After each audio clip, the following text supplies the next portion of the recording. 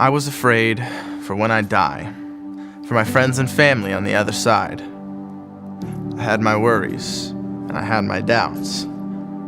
There was no hurry, so I lived with doubt. I lived with sorrow. I lived with pain. Couldn't see tomorrow, so I had no shame. I was afraid. Does he exist? My fear had stayed. Can't handle this. Maybe the people who said it wrong? And then I found what was there all along. Every chance, the shape of fate. I held my stance and found my faith. I was taken in, at first was nervous. Am I breaking into this world of yours, and do I deserve it? Can I observe it? I heard the word, but it wasn't perfect. I felt that conflict. Do I? Can I? Will I? Have I? But then I went and I got baptized. We are watched, and we are cared for. So I don't know what I was scared for. That's pretty powerful words, don't you think? He wrote that. Let's give him a hand. Thank you so much. We'll eventually get that to music, and then I'm going to rap it. Well, we'll wrap this up maybe, huh? All right. We're going to do this series, as I said, and God's Got It. And what I want you to be thinking about is in your own life, all of us have been called to be a leader. All of us. We've been called to be leaders in our sphere of influence, right? Well, we're going to watch a little video clip about how Moses began his life, and then we're going to talk about it. Let's show that. Look, there's something here. Do you know the pattern of this cloth? If my son is covered in it, it is a royal robe. Royal. It is the Levite cloth of a Hebrew slave. This child was put upon the water to save its life from your father's edict. I am the Pharaoh's daughter, and this is my son. He shall be reared in my house as the prince of the two lands. You will be the glory of Egypt, my son, mighty in words and deeds. Kings shall bow before you. Your name will live when the pyramids are dust. And because I drew you from the water, you shall be called Moses.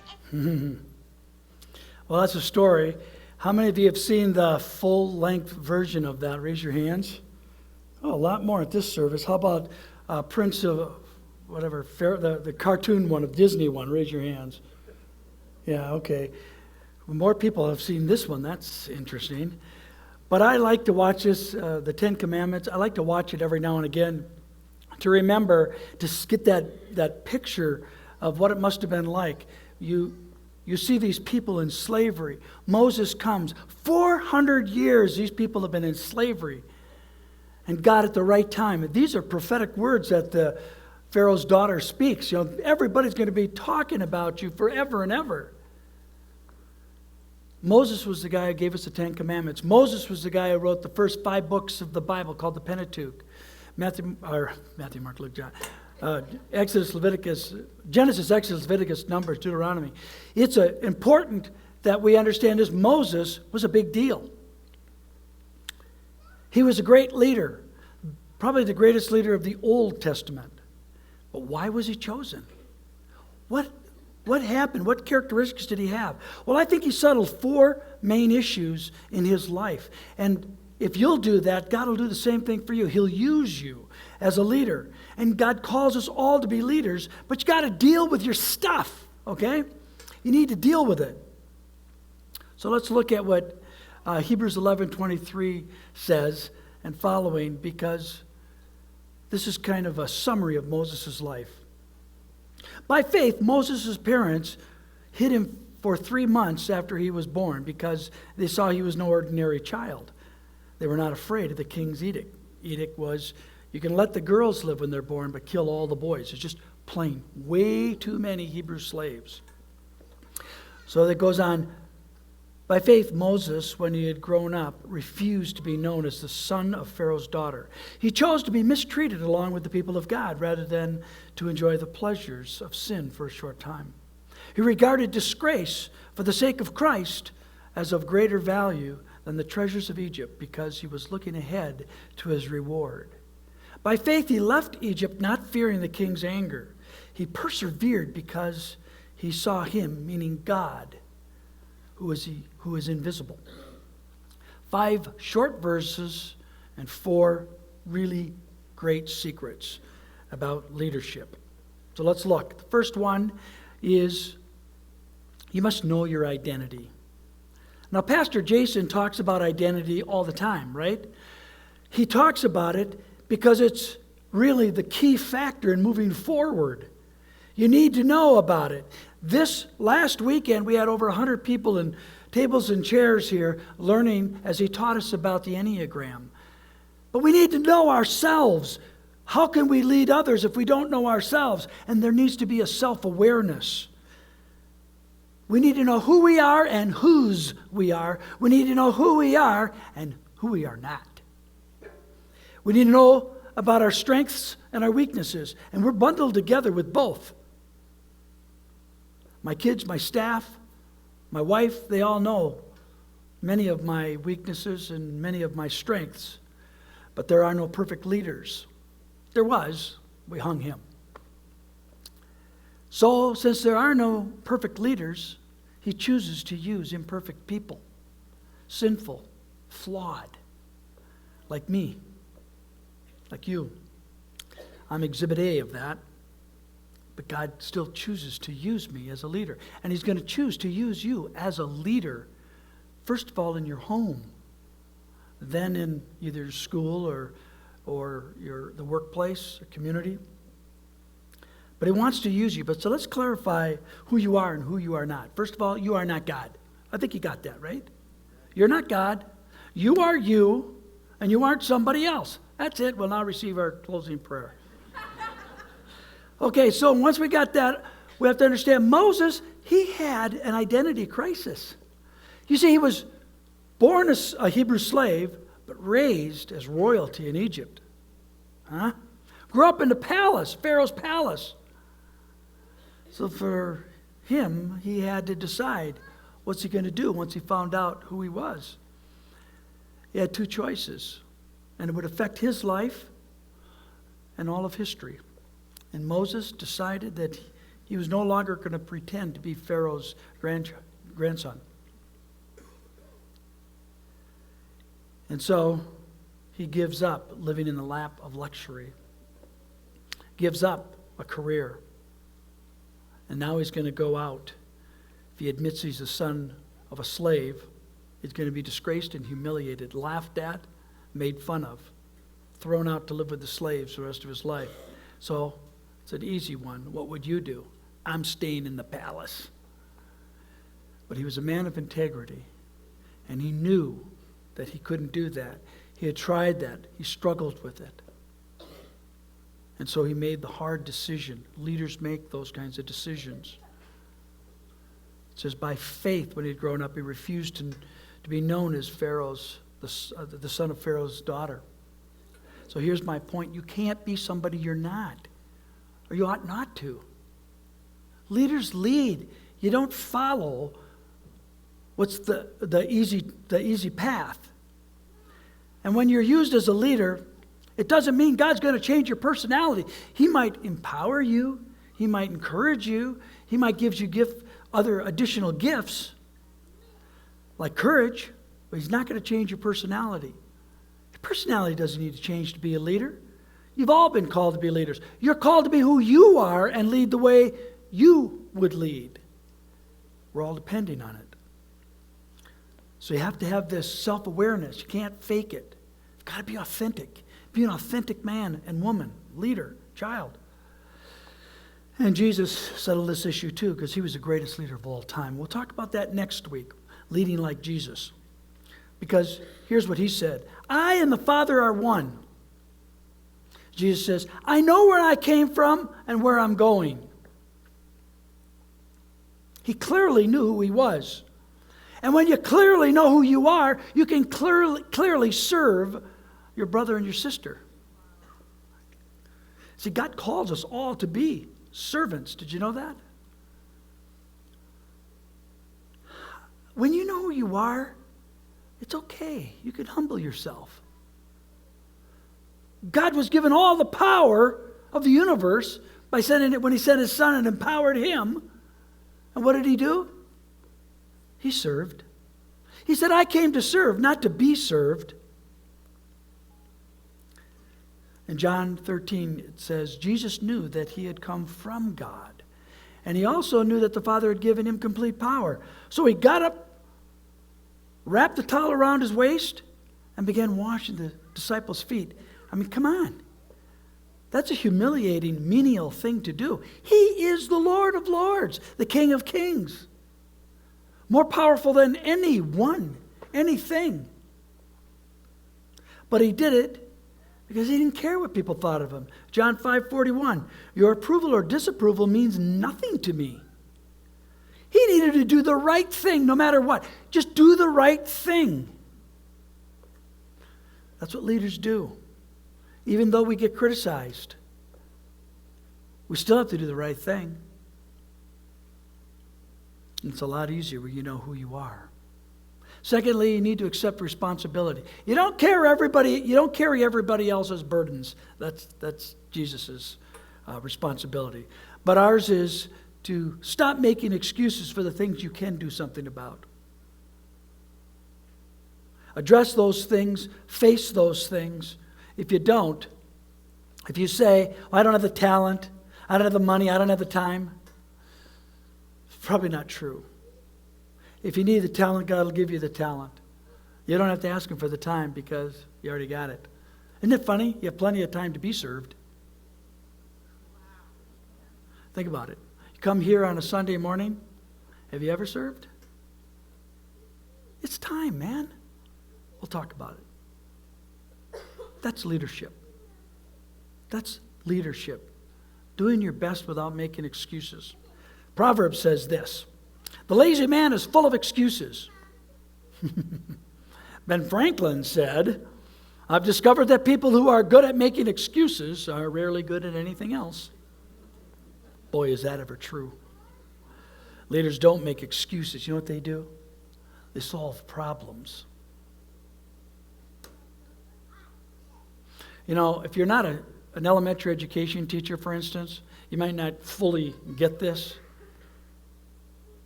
They solve problems, I think I read like every 3 to 5 seconds, all day long. I'm telling you guys, if you ever complain in front of me about a teacher taking the summer off, I'm going to make you work the summer. It wouldn't last a week. They have my ultimate respect. We live in a society of freedom.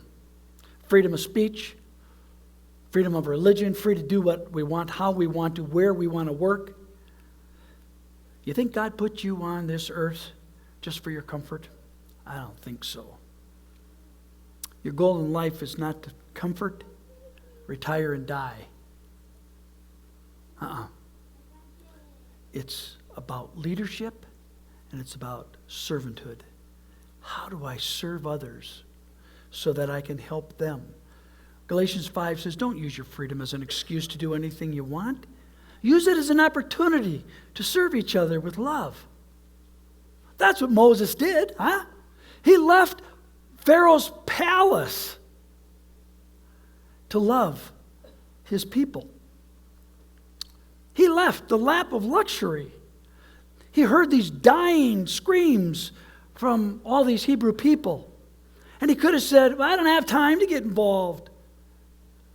It's none of my business. It's not really my responsibility. I'm only the second person in charge of the world. And by the way, would you just peel me another grape?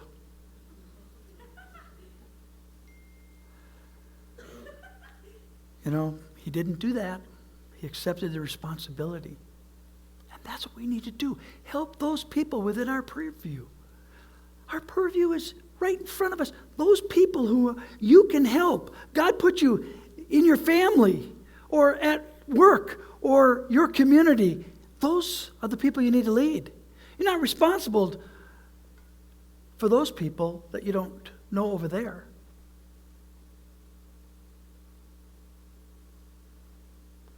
So we're called to be leaders and accept responsibility.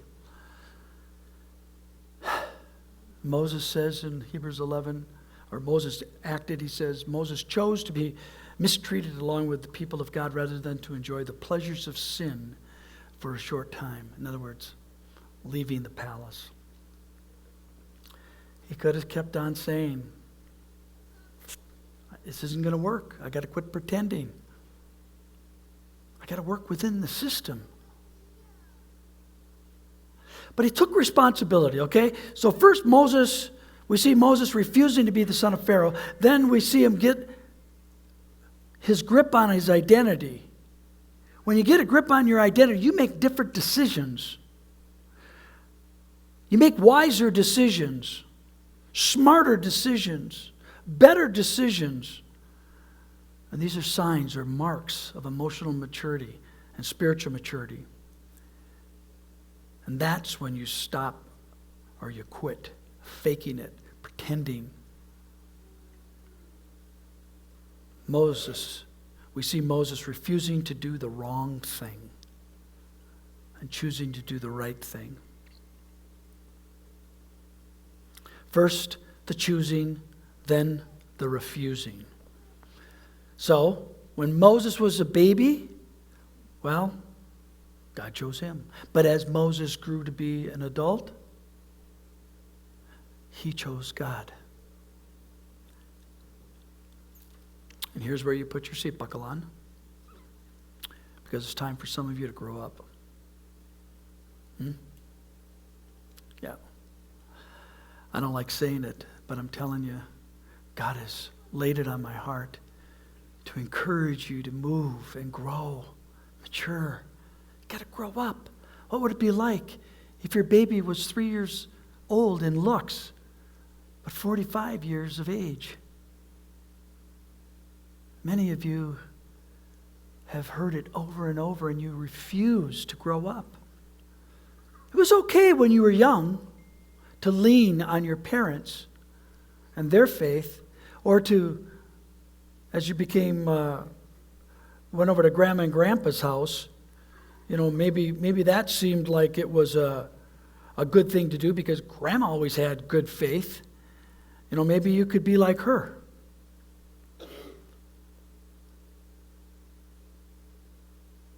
Teenagers, you need to grow up. You need to get your own faith. Men, quit relying on your wives and their faith, and your mom's faith, and your grandma's faith. Step up. And wives, get your own faith. This is serious stuff because it has eternal value, yes, but instant consequences. God is knocking on your door. Some of you go into problem after problem after problem after problem. Oh, thank you, Jesus. Thank you, Jesus, for this. And nothing changes. Why? Because it's time for you to make a change. You're all talk. Let your heart be changed. Let's see some action. There are two facts about responsibility that I see in a leader. You quit blaming people for the direction of your life. And secondly, quit living off of someone else's spiritual commitment and make your own commitment. Step up. I don't care if it's convenient. Think it's always convenient for everybody? Man. So what about your spiritual commitment? This is why you came here today. You didn't know that, but this is why God brought you here. He's asking you to face the facts today. Face yourself. Everybody needs a personal relationship with God. They do it through Jesus. But it's not just, I know. Remember Pastor Jason's message?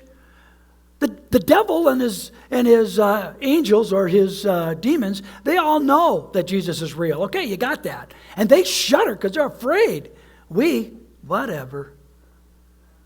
We got to realize that God is real. Romans says, chapter 14, verse 12, that one day each of us will give an account of himself to God. You're going to stand before a holy God, and he's going to say, well, It's not only that, did you love me? Did you serve me? Did you get involved? Did you change hearts? Did you be a part of the community? If you do that, I could have given you blessings.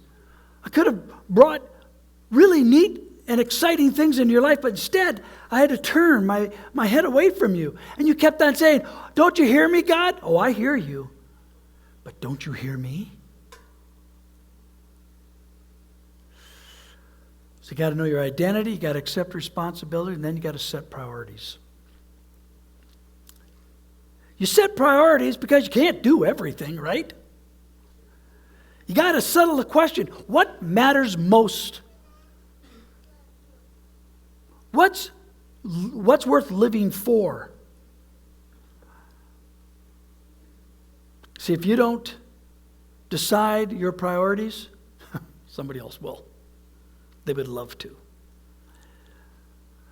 Job 34 says you should choose to follow what is right, but first we must define what is good. What is good?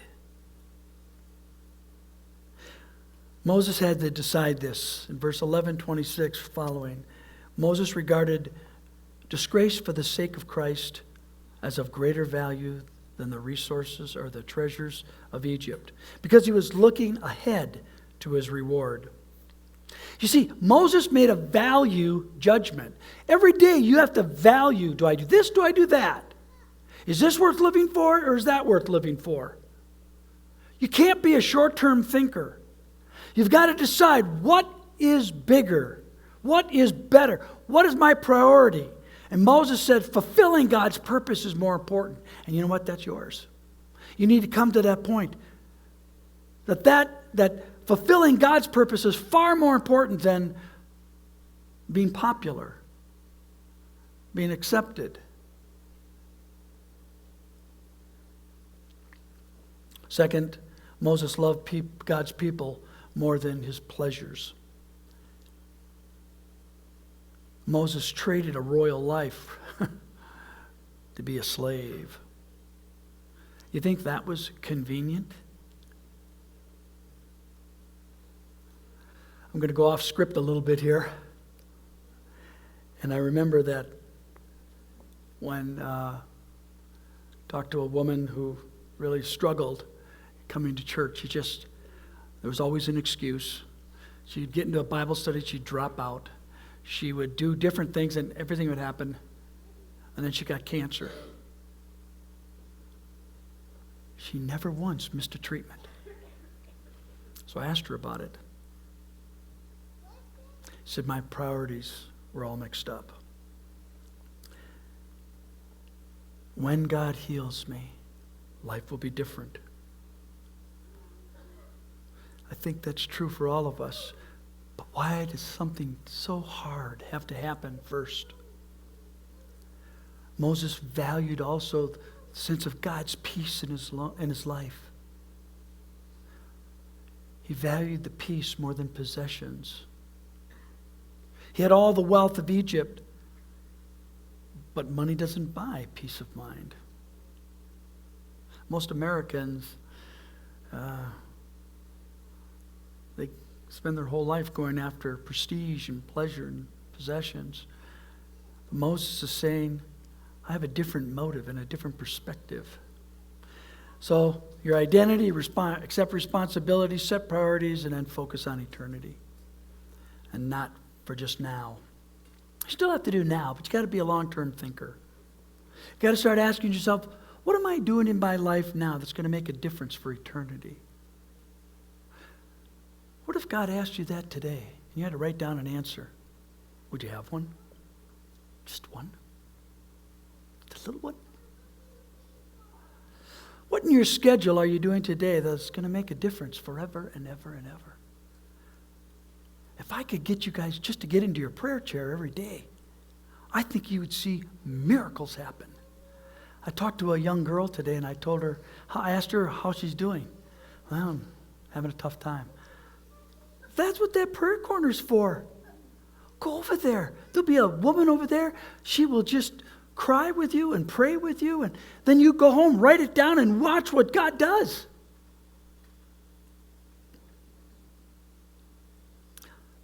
Focus on eternity.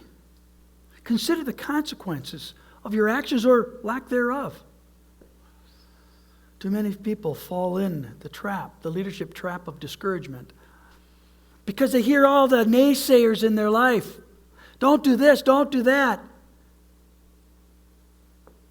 And so they work harder, and they burn out, and they walk away, give up.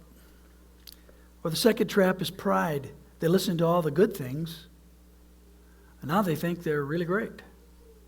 So great that they can do whatever they want. Next thing you know, they've walked away from the eternal things, and they've fallen into the trap of pleasure, prestige, and possessions. And we all know that's not what life is about. We know that deep down, but we still struggle.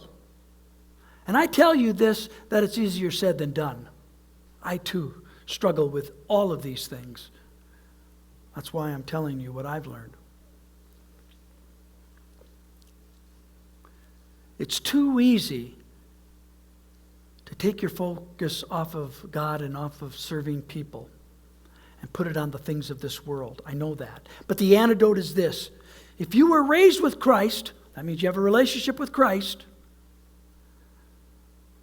Seek those things which are above, where Christ is, sitting at the right hand of God. That means think about it. Do the things God's called you to do. You don't have to know everything. You just have to be a part of something. The reason Moses was able to reject it is because he knew he had to do the right thing. Some of you know what the right thing is, and you don't do it. Year after year after year. You know. And I'm just encouraging you, stop doing that. God's got a better plan for your life. But you got to help yourself. You're getting in the way. This life is a temporary assignment. God's got better things ahead, better things in store. This life is not going to last forever.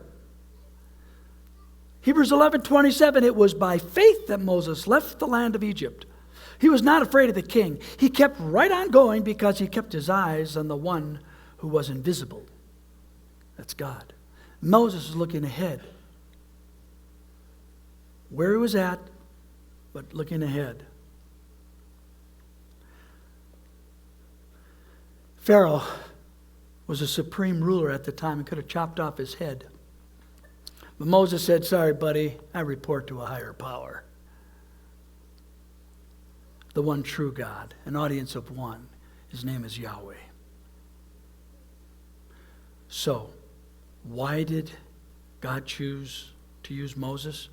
Because he settled those things, those four things.